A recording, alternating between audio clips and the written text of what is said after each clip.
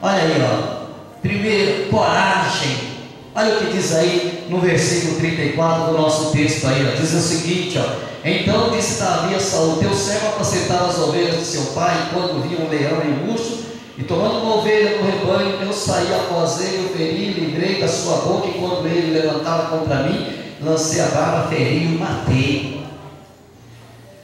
Ou seja, o que nos leva a uma vida de motivação? Ser corajoso, ter coragem, não ter medo de nada. Nós cantamos aqui, olha, o cântico, que o verdadeiro amor não tem medo de nada, não pode ter medo, não pode ter medo, porque está cheio de pessoas desanimadas, cheio de pessoas que não têm motivação nenhuma, porque não tem coragem. E o antônimo de coragem é covardia, não é medroso não, é covardia. E eu coloquei aí para vocês verem um gato olhando para o espelho e ele se achando um leão. Isso é coragem.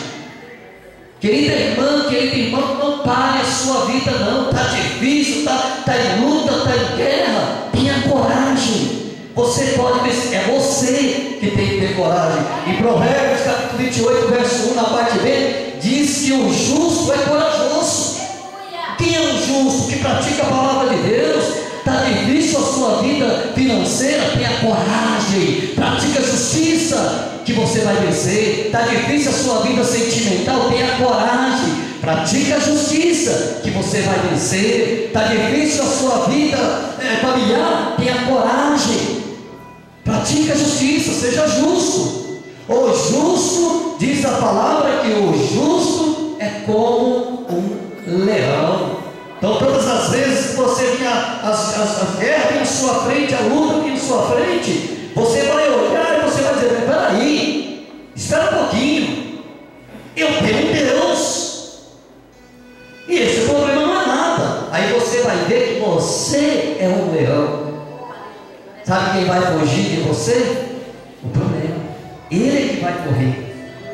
É Ele que vai dizer para você: não quero mais te enfrentar, porque você é um homem corajoso, você é uma mulher corajosa. Você vai olhar, você vai determinar, porque se você deixar que a covardia tome conta do seu ser, isso também tem um pouquinho de psicologia, não é só também espiritual. Se a gente pôr na mente que não vai vencer, se a gente pôr na mente que não vai conseguir, não consegue mesmo também, psicologicamente a gente perde, não vai dar certo.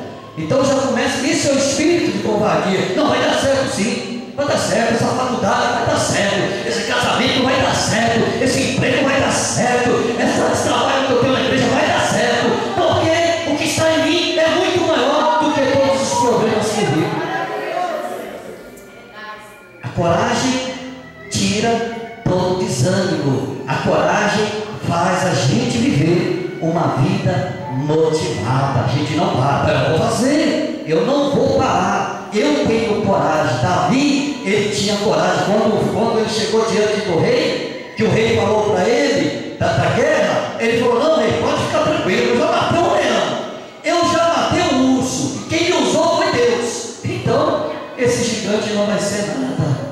Olha só o desafio de uma pessoa que vive uma vida motivada. E você tem condições para isso, porque Deus já fez na sua vida algo sobrenatural para que você tenha coragem. Não vou parar, eu vou enfrentar, eu vou lutar e vou vencer, porque os sonhos de Deus não vai parar em mim não, Ele vai continuar. Quem compreendeu, aplauda Jesus.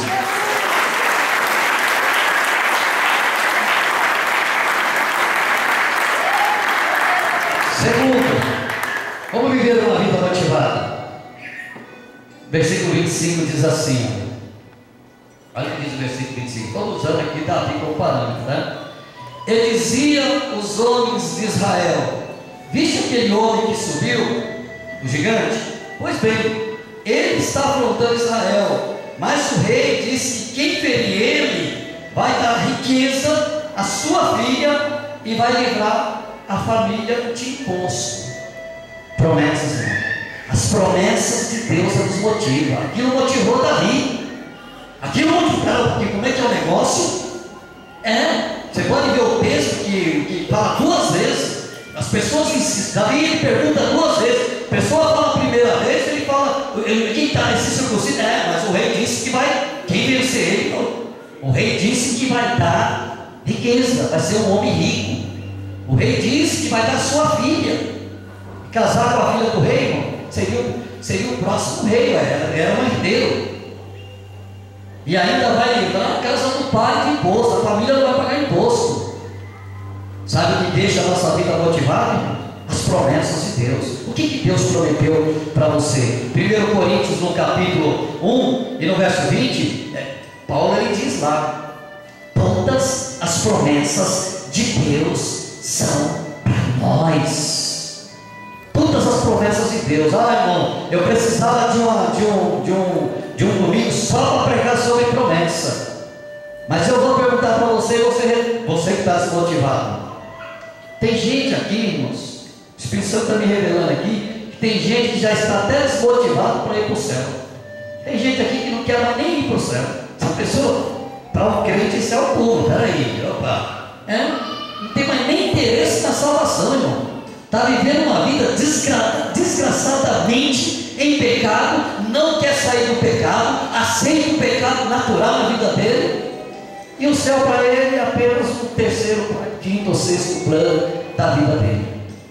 É o que o Espírito Santo manda dizer para você. Então saia dessa vida, irmão. As promessas de Deus, para viver uma vida motivada, tem que ter promessas. Espera um pouquinho. Deus ele fala para nós que as promessas dele é para todos nós.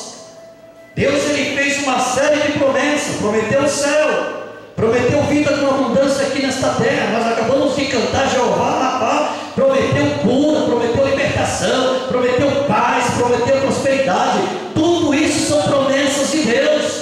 Temos que se motivar. Peraí, isso não é de Deus? Foi Deus que prometeu? Então eu não vou parar, eu vou continuar lutando. Eu tenho coragem e não posso parar, porque quem me prometeu foi Deus.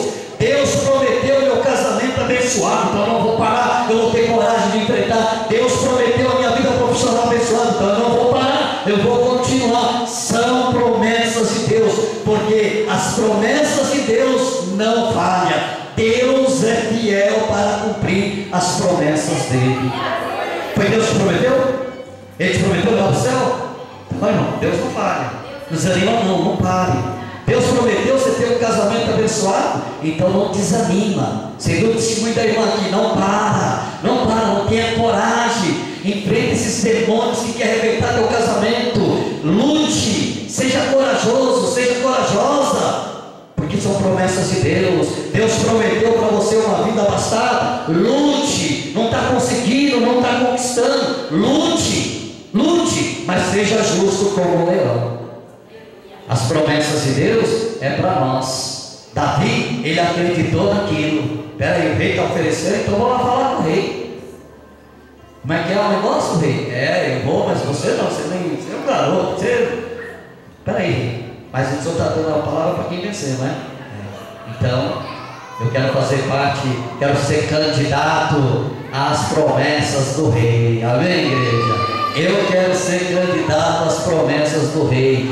Deus tem prometido bênçãos para essa igreja aqui, ó. Deus tem prometido a vida de abundância para esta igreja. Toma posse aí, irmão. Toma posse. Se a sua vida parou no tempo, é o momento agora de você abraçar. Faça como Davi. Não fica olhando gigante, não. Davi nem olhou para gigante. Quando o rei falou, ele falou: que é isso, rei? Bateu hoje, bateu o leão, não posso matar um gigante. Não veja gigante, não. Veja as promessas de Deus. Vale a pena lutar pelas promessas de Deus? Vale a pena correr atrás? Vale a pena aguardar? Então lute, irmãos. Lute, porque o crente que vive esperando as promessas de Deus, ele é um crente motivado. Você nunca vai ver ele desanimado. E aí, meu irmão? O pai, o amigo, estamos na luta, vamos aí batalhar. Ele não para, porque ele sabe que lá na frente Deus está, olha aí, ó, com as mãos para socorrer das tribulações, das lutas, para abençoar com bênçãos de toda sorte de bênção. Deus está aí dando vitória. Deus vai fazer um milagre na vida daqueles crentes que vivem de promessas. E nós temos que viver de promessas, porque Deus é um Deus de promessa. Quem compreendeu aí, aplaude a Jesus.